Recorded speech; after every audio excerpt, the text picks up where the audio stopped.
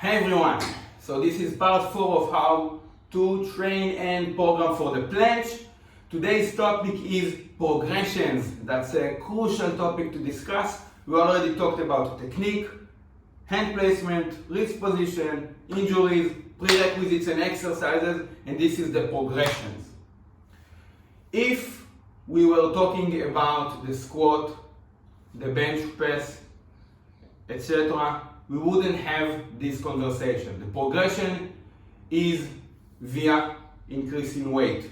We move from 10 kilogram to 20 kilogram to 25 kilogram to 30 kilogram. Once we get accustomed to a specific weight, we jump on, increase the difficulty, get accustomed, move forward.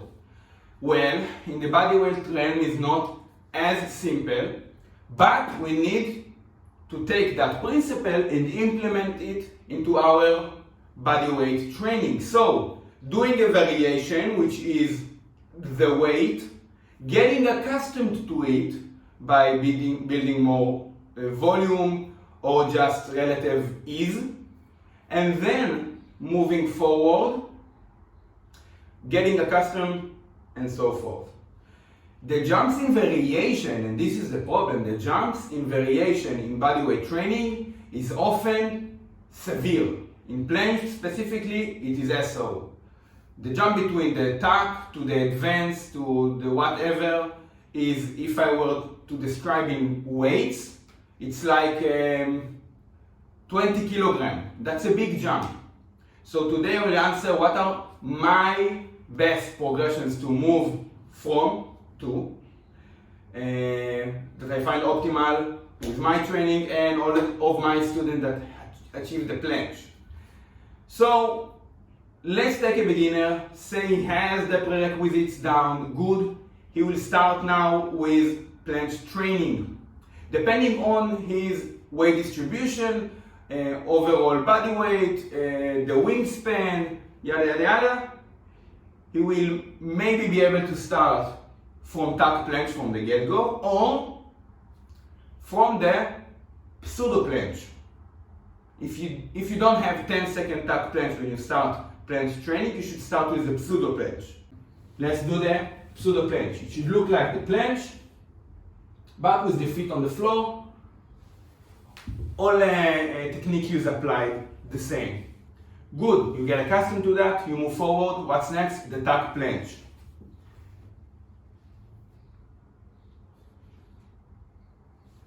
Tuck planche has your hips at the level of your shoulder, obviously, and my thighs compressed all the way to my chest, which will create a curved spine.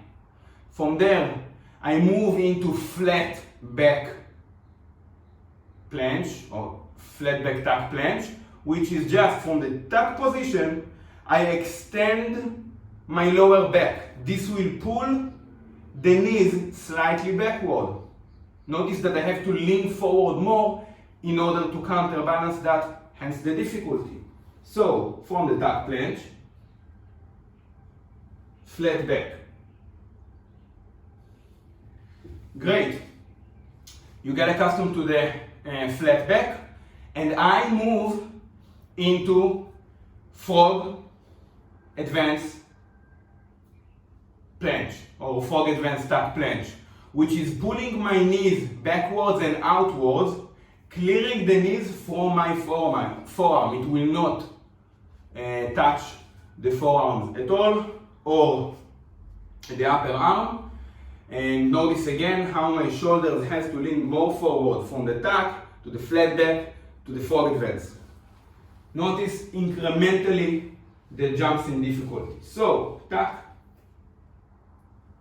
flat back, frog. So the frog advance also works specifically the glutes, similar in the straddle planche, where I have to separate the legs from one another, which adds to specificity. Okay, so from the frog advance, the athlete will be either able to move, once accustomed, to the straddle planche straight ahead, or if he is a tall athlete, short-armed athlete, a heavier athlete, he will need another variation in between, which would be the pike straddle. So you will have to lift yourself from the ground, and the pike straddle is a straddle planche, but your hips, the legs are not at the height of your hips, the legs are pointing down. The pike is the bend in the hips. So, entering similar to a straddle planche, but the legs will stay down. This is the pike straddle planche.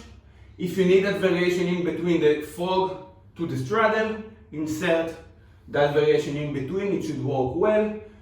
Make sure that the hips are at the level of your shoulders, regardless of the legs. So you need to lift yourself off the ground. If you want to still practice with hands similar to the floor, put plates or boxes and walk from there. Parallettes, if you want, also obviously lift you from the ground. Okay, and then you jump into the straddle planche. Great, you achieved the goal. This is not everything yet. This is not my optimal way. So we just covered how to train for the straddle planche, the progressions to move from one another. If you're going all the way, old school, basement, still living in my parents' apartment style of training. If not, and you want to find the optimal way, go for this one.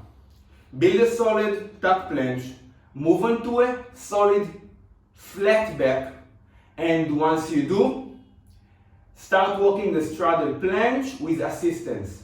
Why? Specificity, right? My legs are separate, I'm working the lower back and the glutes to the same degree where my legs are separate, and this is different from how they are when I'm at frog or advanced or this and that.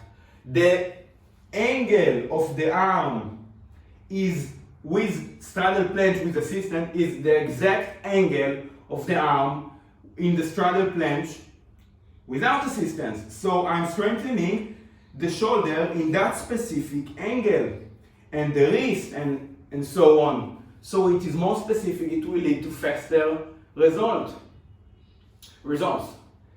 So why not walk, Refael says, straddle planche with bend. Why not walk from the get-go the straddle planche, but with more assistance?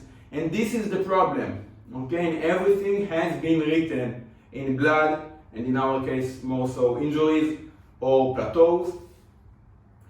If I take a complete beginner and just let's say take 50 kilograms weight off of him via bends, first, it will probably cut his gastrointestinals. So much bend pulling you from here is not fun. But second and most important, you are putting the joints on unnecessary stress from the get-go. So instead of working the tuck planche, which is easier on the wrist, easier on the elbows and the joints because of the angles, so I'm giving my body time to get accustomed to that specific stresses. In one case, I'm putting X stress, X weight on the wrist in that amount of lean, and in the second one, I put X amount of weight in that angle. So actually, it has more risk of injury, and also it's just slightly draining, I would say, because you're working with the same position, same exact movement. At least when I'm going through some bodyweight variations, I have, some spice. Okay, tuck planche, yeah, I achieved the flat back. Good for you, spiked straddle. There's some excitement to it. Not like releasing 5 kilograms from the bands, okay? So I save that for later on. So if you go full body weight, we do, and notice the amount of lean I have to do with the shoulders. This is only body weight variations, and I'm taking you all the way back for the start. Pseudo. Okay, once you have that, you go tuck, flat back, frog, pike straddle, and straddle planche.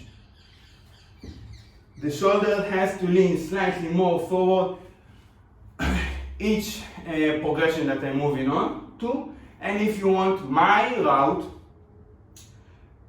pseudo planche, tuck planche, flat back, and then straddle planche with bend assistant or a pulley system, which work the same way. You can objectify the assistance even to a more precise degree.